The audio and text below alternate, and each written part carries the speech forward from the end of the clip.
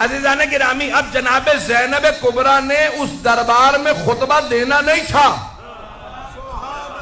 توجہ، امام موجود ہیں، چوتھے امام موجود ہیں، بی بی کے بھی امام ہیں، لیکن جیسے ہی، اور خود یزید ایک تخت پہ بیٹھا تھا، بار بار جناب زینب سے خطاب کرتا تھا، تاریخ میں الفاظ ہیں.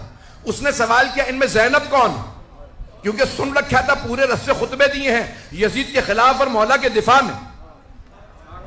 اس نے سوال کیا زینب کون ہے؟ کسی نے اشارہ کیا یہ ہیں.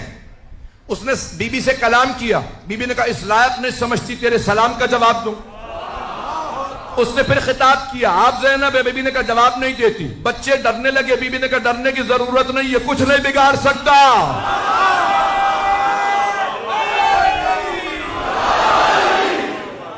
چلیے گا میرے ساتھ، میں پورا خونہ ذکر دے رہا ہوں. پوری رات نہیں سویا ہوں، مسلسل پچھلے 4 ہفتوں سے سفر ہی کے اندر ہوں، اور مسلسل یقین مانیے مجالس کے علاوہ اور کچھ نہیں ہے. نہ کھانے کی اس وقت کوئی بھوک ہے، نہ سونے کی، صرف اور صرف مجالس پڑھ رہا ہوں. جو مطالب پیش کروں میرے قبول فرما لیجیے گا. اب ایک مرتبہ جب وہ بار بار خطاب کر رہا تھا نا، بی بی جواب نہیں دیتی تھی. جناب زینب نے، اس نے پہلے کلام کیا، جواب نہیں دیا، بار بار کلام کیا، پھر سلام کیا، بی بی نے جواب نہیں دیا. تو تمام مسلمانوں سے سوال کرو کہ نبی کی نواسی کیا مسئلہ نہیں جانتی تھی کہ سلام کا جواب واجب ہے؟ نہیں ہے مجمع بھائی، تمام مسلمانوں سے سوال ہے، کیا نبی کی نواسی مسئلہ نہیں جانتی تھی کہ سلام کرنا مستحب، جواب دینا واجب ہے؟ اگر کہتے ہو کہ نہیں وہ مسئلہ جانتی تھی تو پھر مانو نا اسے مسلمان نہیں مانتی تھی.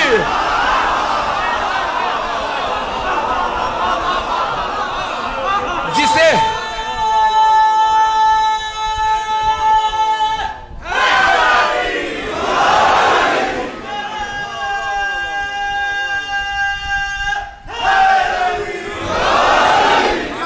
توجہ فرمائی جانے کے رہا.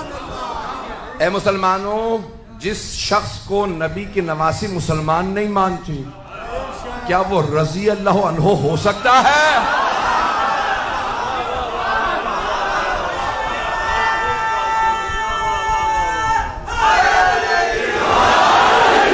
بات پہنچ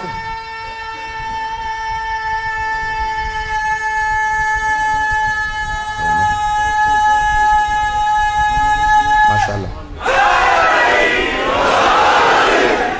توجہ فرما رہے ہیں عزیزان کرام.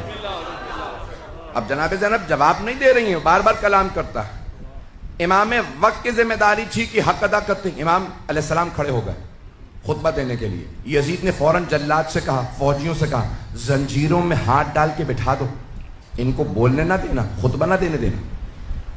سارے مجمع نے کہا یزید یہ قیدی ہے، بولنے دے. کہا تم نہیں جانتے، انہیں بولنے کی اجازت نہیں ہوگی. جب مولا سجاد کو اس نے روک دیا، اب جناب زینب کبریٰ ایک مرتبہ قیام کرتی ہیں.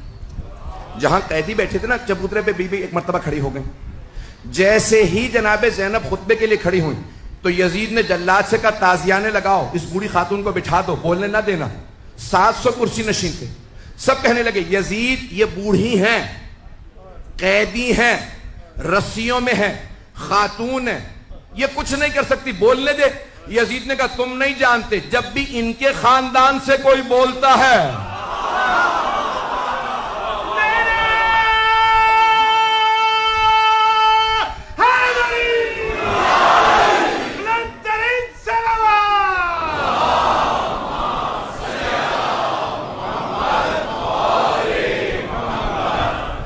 جب بھی ان کے خاندان سے کوئی بولتا ہے وہ ہمارے خاندان کو نابود کر دیتا ہے.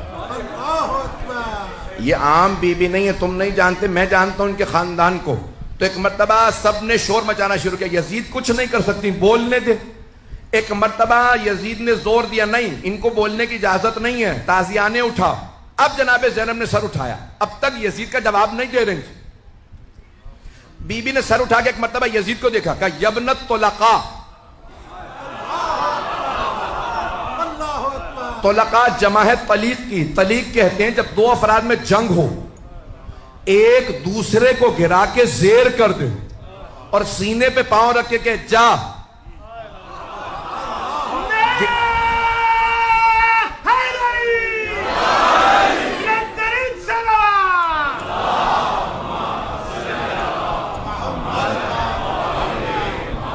اسے گرانے کے بعد زیر کرنے کے بعد کہ جا میں نے گرا دیا تھا میں تجھے چھوڑ رہا ہوں.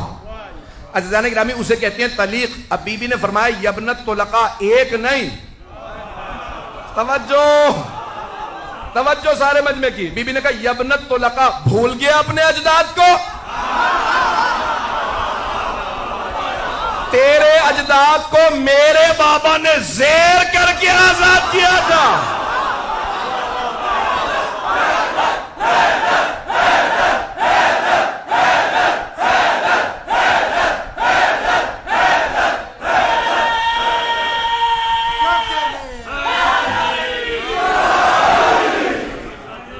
توجہ فرمائیں گے نا عزیزان کرام. بی بی نے فرمایا یبنت طلقاء, بھول گیا اپنے اجداد کو جنہیں زیر کرنے کے بعد میرے بابا نے آزاد کر دیا تھا. میرے بابا اور میرے نانا نے آزاد کیا تھا. میں علی کی بیٹی ہوں, روک سکتا ہے تو روک کے دکھا. رسیوں میں ایک بی بی کہہ رہی ہیں اس سے حکومت اس کی, تخت اس کا, تاج اس کا, سکہ اس کا, فوج اس کی, لشکر اس کا, محل اس کا. بی بی قیدی تھی. بی بی نے کہا خدا کی قسم ہم اہل بیت کا ذکر مٹنے والا نہیں ہے. واللہ لا تمحو ذکرنا, خدا کی قسم ہم اہل بیت کا ذکر مٹنے والا نہیں ہے. لوگ رونے لگے, ارے یہ رسول کی نواسی ہوتے ہوئے قسم کھا رہی ہیں. مٹ تو گئے, یہ بھائی مارے گئے, بیٹے مارے گئے, خود کہہ دی. وہ سمجھ نہیں رہے تھے نہ یزید کی حکومت رہے گی, نہ تخت رہے گا, نہ تاج رہے گا, نہ سکہ, نہ فوج. اسی شام میں یزید کی قبر کا نشان نہیں ہوگا. ہر جگہ لکھا ہوگا welcome to the city of Syeda Zainab.